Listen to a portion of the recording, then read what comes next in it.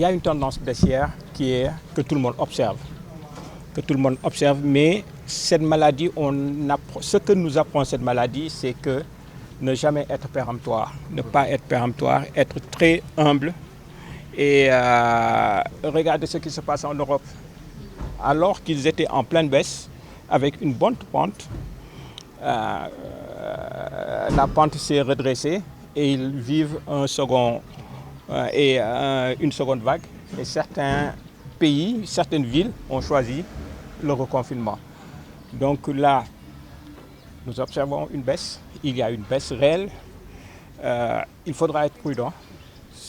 Comme médecin épidémiologiste, ce qu'on peut enseigner, c'est soyons prudents. Soyons prudents et surtout ne crions pas victoire. Donc, tout est possible. On peut pas,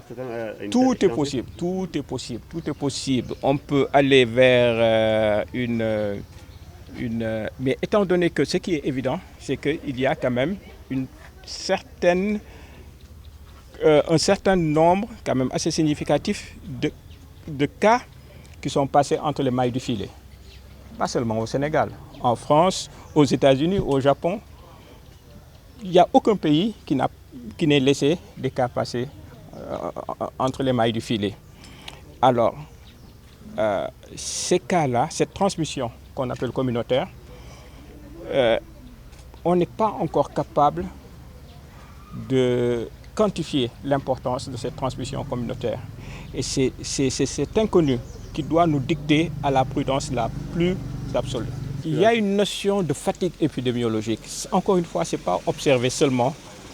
n'est pas observé seulement au Sénégal. Même dans les pays développés, même aux États-Unis, même le président des États-Unis conteste cela. Il y a une notion de fatigue et on est dans un monde où les gens ne veulent plus les choses carrées, bien définies, etc. Il y a toujours de la contestation, c'est à la limite un phénomène de mode.